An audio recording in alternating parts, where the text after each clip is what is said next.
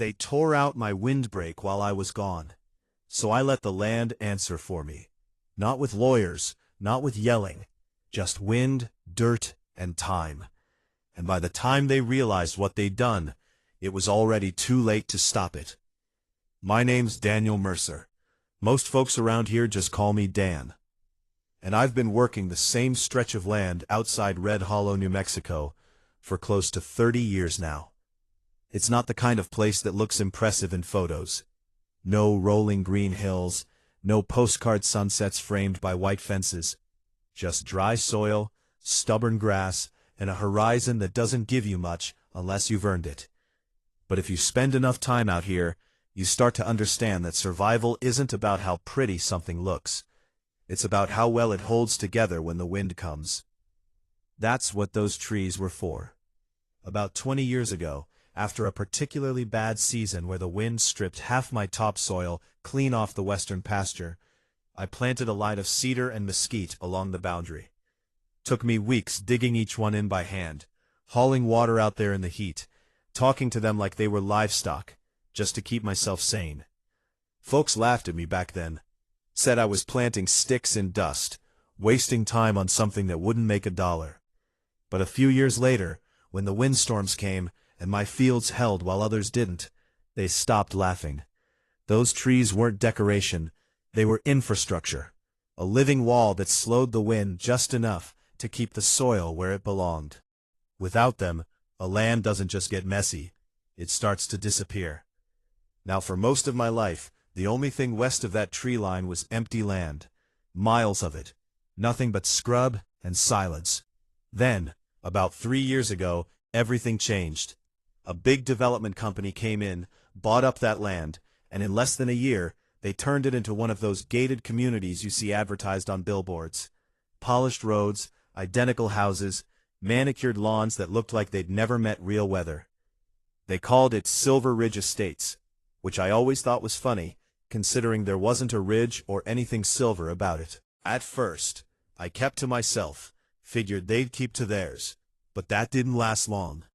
One afternoon, not long after they opened, a black SUV rolled up to my gate, clean enough to reflect the sky. Out stepped a woman in her 40s, sharp blazer, confident posture, the kind of smile that's been practiced in mirrors. She introduced herself as Evelyn Carter, president of the Homeowners Association over at Silver Ridge. "Mr. Mercer," she said, extending her hand, "I've heard you're the man who knows this land better than anyone." I shook her hand, nodded once. "Been here long enough." She glanced past me toward the tree line. "It's quite rustic, charming in its own way." That word charming, I'd heard it before, usually from people who didn't understand what they were looking at. She got to the point quick. Said some of the residents had mentioned that the trees along our shared boundary were blocking the sunset view from their clubhouse. Apparently, they built this big balcony facing west, expecting wide-open desert skies, and instead they got a wall of green and brown. "We were wondering," she said, still smiling, "if you might consider trimming them back, just enough to open up the view. We'd be happy to cover the cost, of course." I remember leaning against the fence, looking out at those trees, the way the wind moved through them, slowed, softened, controlled. Then I looked back at her. "Sunsets are free," I said, "but those trees aren't." Her smile held, but just barely. "I understand they're important to you, but we're only asking for a compromise." "There's no compromise on that line," I replied, tapping the fence post. "You cut into that. You're not just changing a view, you're changing how the land behaves." She paused, studied me for a second like she was trying to decide if I was being stubborn or just uneducated. Then she gave a small nod. "Well, I appreciate your time, Mr. Mercer. If you reconsider, my office is always open." I watched her drive off, tires barely kicking up dust, and I had a feeling that conversation wasn't really over. A couple weeks later, I got an invitation, not a request, an invitation, to attend one of their HOA meetings. Thought about ignoring it, but curiosity got the better of me. So I went. Place was exactly what you'd expect. Clean floors, soft lighting, people sitting in neat rows like they were waiting for a presentation instead of a discussion. Evelyn stood at the front, clicking through slides about community enhancements and aesthetic cohesion. And sure enough, there it was, a photo of my tree line. "This," she said, pointing at the screen, "is currently obstructing one of our community's most valuable visual assets." I actually laughed. Couldn't help it. A few heads turned. "That obstruction," I said loud enough for the room, "is the only thing keeping my soil from ending up in your living rooms." The room went quiet. Evelyn kept her composure, but I could see the irritation creeping in. "With respect, Mr. Mercer," she said, "our consultants have assured us that selective clearing would not have any significant environmental impact."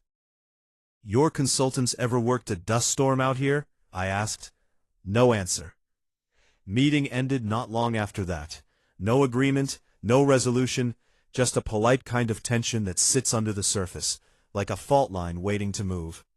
A few days later, I left town for a 4-day agricultural seminar down south. Didn't think much of it at the time. Left everything as it always was. Cattle fed, fences checked, trees standing where they'd stood for decades. And when I came back, the first thing I noticed wasn't what I saw, it was what I couldn't. The horizon looked wrong. The wind hit my truck harder than usual as I drove up, carrying more dust than I'd ever seen this time of year. And when I reached the western boundary, I slowed down, then stopped completely, because the trees were gone. Not trimmed, not thinned, gone. I just sat there for a second, engine still running, hands on the wheel, staring at that empty stretch, like my brain needed a moment to catch up with what my eyes were already telling it. Because where there had been a living wall, years of work, decades of protection, there was now nothing but jagged stumps and raw dirt, like someone had taken a blade and shaved the land down to the bone. I stepped out of the truck slowly, boots hitting the ground a little heavier than usual. And the first thing I noticed was the smell. Fresh cut wood mixed with diesel and hot metal. The kind of scent that doesn't belong on a ranch, unless something's gone very wrong. I walked the line in silence, counting stumps without meaning to, one after another. Each one a reminder that this wasn't an accident. This was planned, deliberate, executed while I was out of town, like they knew exactly when I wouldn't be there to stop it. Deep tire tracks cut across my property, wide enough for heavy machinery, and the soil, once packed and stable under those trees, was already loosening. Fine grains shifting under my boots with every step. Then I saw it, taped neatly to one of my fence posts, like a badge of authority. A laminated notice. Vegetation clearance conducted to improve visibility and reduce fire risk in accordance with community safety standards. No signature, no apology, just a clean corporate sentence trying to dress up something ugly. I actually let out a short laugh, not because it was funny, but because it was so predictable it almost felt lazy. I pulled out my phone and started taking pictures. Every stump, every track, every inch of disturbed ground. Then I walked a little further and found something better. Fresh scrape marks where their equipment had crossed the boundary line. Not just close to it, but over it. They hadn't just touched my land, they'd worked it. That's when the anger hit. Not loud, not explosive, just a steady rising pressure, like heat building under a closed lid. I didn't call them right away. Instead, I drove back to the house, grabbed a bottle of water, sat down at the kitchen table, and let myself think. Because out here, reacting fast usually means reacting wrong, and I wasn't about to make that mistake. See, most people, when something like this happens, they go straight to confrontation. Lawyers, police, shouting matches at the fence line. And sure, I could have done that. I had every right. But standing there earlier, feeling that loose soil shift under my boots, I realized something they clearly hadn't. They didn't understand what they'd actually removed. Those trees weren't just blocking a view. They were holding back a process. A natural one, predictable, patient, and now it had nothing in its way. That evening, I walked back out to the boundary as the sun dropped low.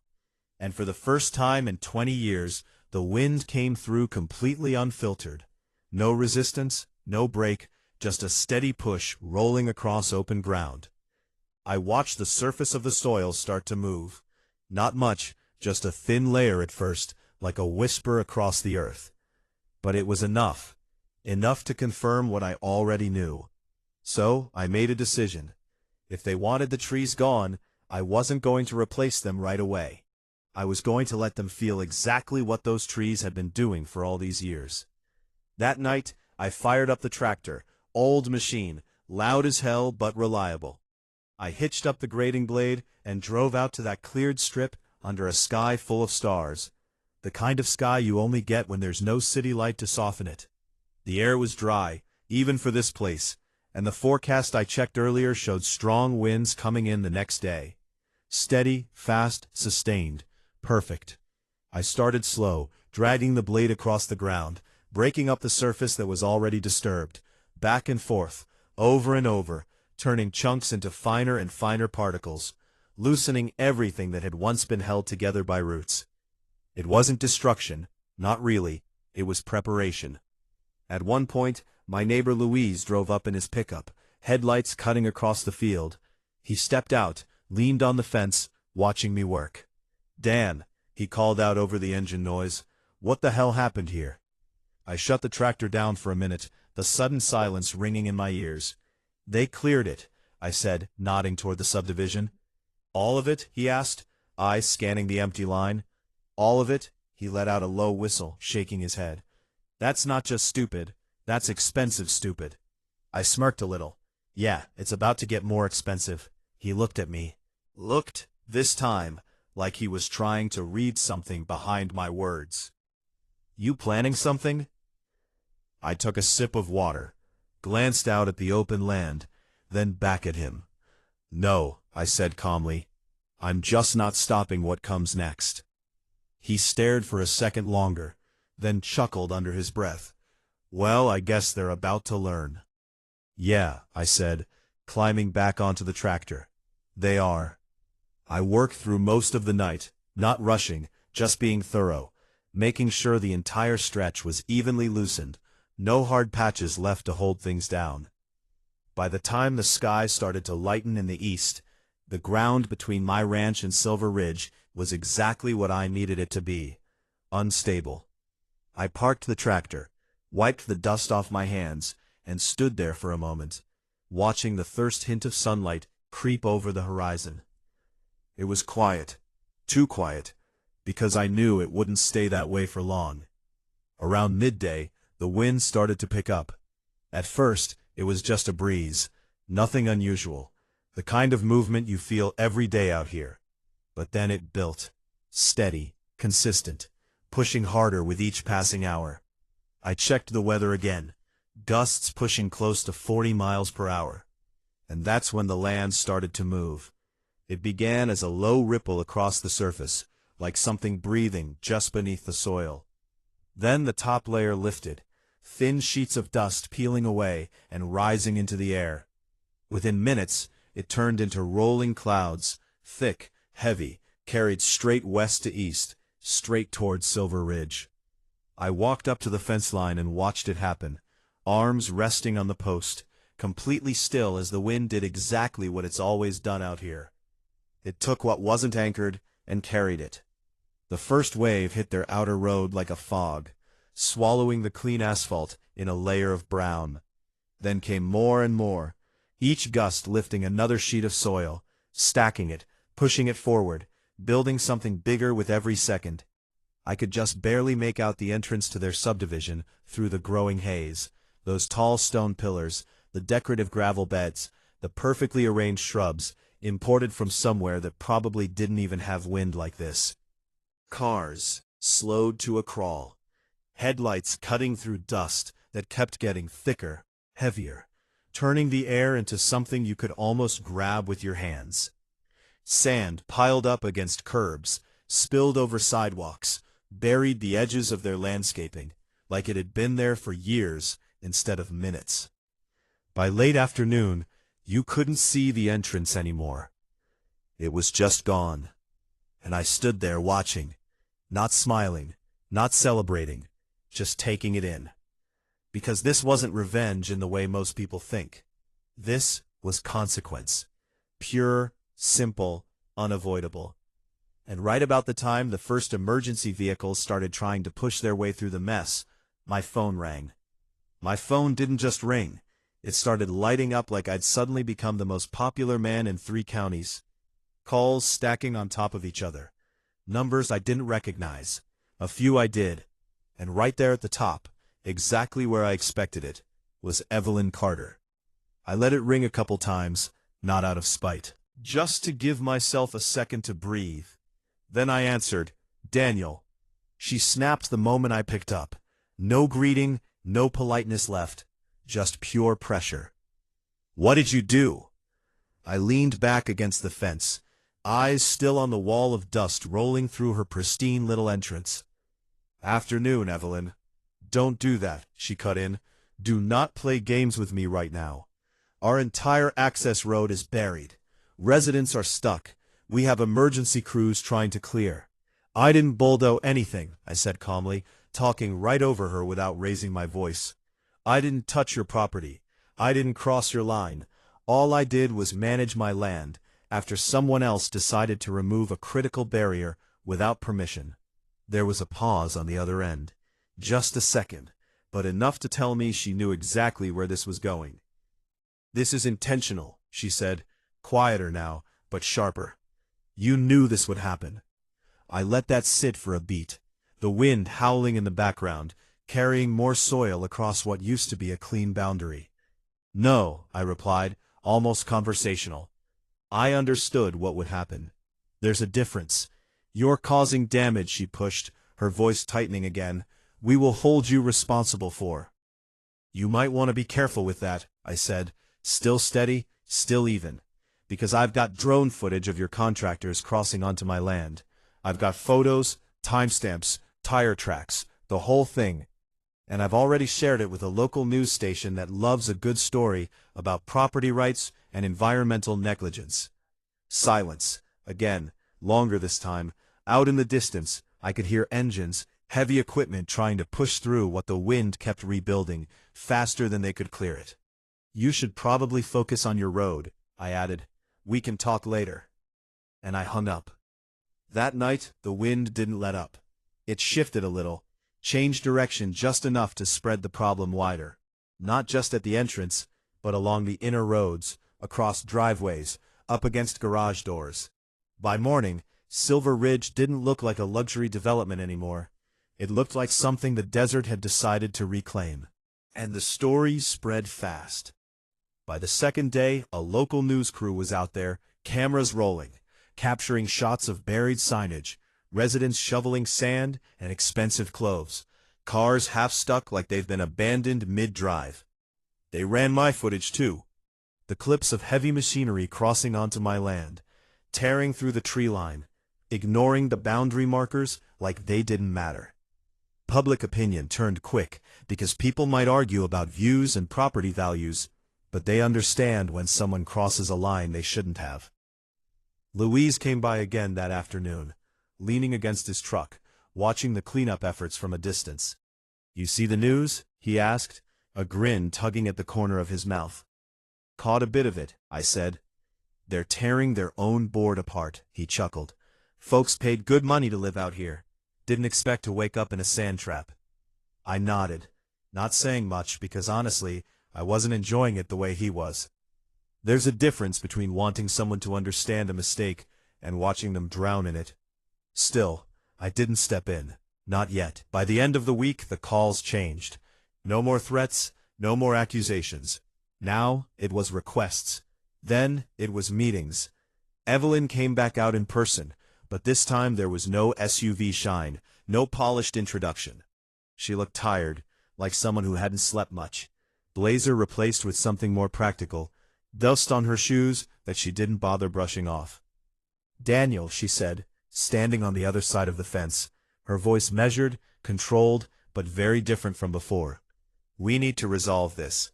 I walked up, rested my arms on the same post I had the day we first met. "Looks like you've got a situation." She exhaled slowly, nodding once. "We're prepared to take responsibility for the tree removal." "That's a start," I said. "We'll fund the replanting," she continued. Full restoration of the windbreak, whatever species mix you recommend, irrigation support if needed, and temporary barriers until the trees establish. I watched her carefully, letting her lay it all out. In compensation, she added, for any losses you've incurred. I tilted my head slightly. Livestock stress, soil destabilization, time, labor, it adds up. We understand, she said. We're willing to negotiate a fair amount. That word again, fair. I looked past her toward the subdivision where crews were still working, still fighting a problem they couldn't fully control yet. Then I looked back at her. I'm not interested in a one-time payment, I said. She frowned slightly. What are you proposing? You rebuild the windbreak, I said, counting it off calmly, at your expense. You maintain it permanently, not just until it looks good again. And on top of that, you pay a land protection fee. $5,000 a month, 5 years. Her eyes widened at just a fraction. That's less than what this will cost you if it happens again. I cut in gently, and it will if that line isn't respected. She held my gaze, calculating, weighing options she didn't really have anymore. 5 years, she repeated. Miss one payment, I added, my tone still even, almost casual, and I stopped stabilizing the soil on my side. I won't break anything, I just won't help it hold. The wind picked up again right then, almost on cue, sending a thin sheet of dust skimming across the ground between us. She noticed. Of course she did. After a long moment she nodded. We'll need board approval. Then you should probably get it quick, I said. They signed within 3 days.